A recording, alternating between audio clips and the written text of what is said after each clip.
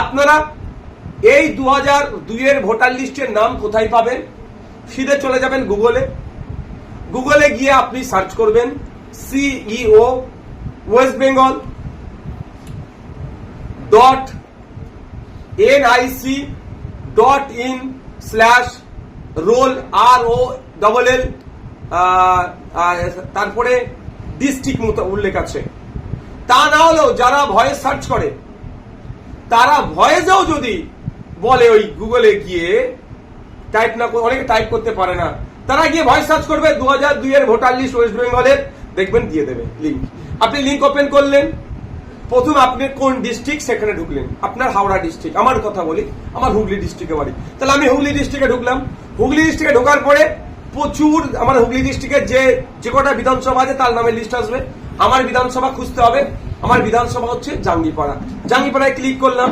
তারপরে কি আমি কোন বুথে আমাদের ভোট দান হয়, বুথ ধরে এখন হবে মিলবে না, কারণ আমাদের বুথ নাম্বার বর্তমানে মনে হয় 92 হয়েছে।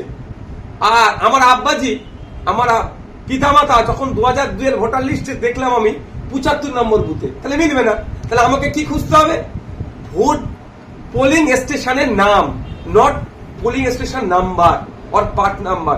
আমরা খুঁজবো কি কোন স্কুলে বা কোন জায়গায় ভোটটা দেয়, সেই স্কুলে ক্লিক করবেন, দেখবেন পুরো ওই বুথের 2002 লিস্ট চলে আসবে। সেখানটা আপনি ডাউনলোড করে নিন। আপনি ডাউনলোড করে দেখে নিন আপনার নাম আছে, আপনার মায়ের নাম আছে, বা মাতা পিতা কারো একজনের নাম থাকলেই হয়ে যাবে। এক নম্বর।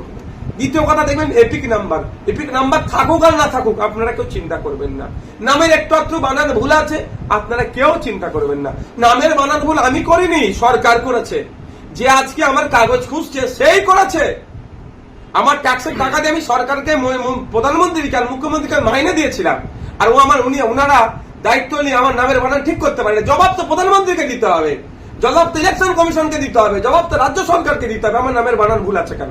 কারণ আমি ফর্ম ফিল আপ সঠিক করেছি, ওরা ভুল আপডেট করেছে। সুতরাং নামের বানান নিয়ে কেউ চিন্তিত হবেন না। কিন্তু আমি অনেক আগে থেকে বলে আসছিলাম যে নামের বানানগুলো আপনারা ঠিক করে নেবেন। তখন আমার কথা পছন্দ হয়নি, মমতা ব্যানার্জির কথা পছন্দ হয়েছিল না। উনি বলেছিলেন এসআইআর করতে দেবো না। ওনার আদরের দুলাল অভিষেক ব্যানার্জি বলেছিল নো এসআইআর। ওদের কথা বিশ্বাস করে নিয়েছিলেন না। আজকে বিশ্বাস হচ্ছে তো আমার কথাটা?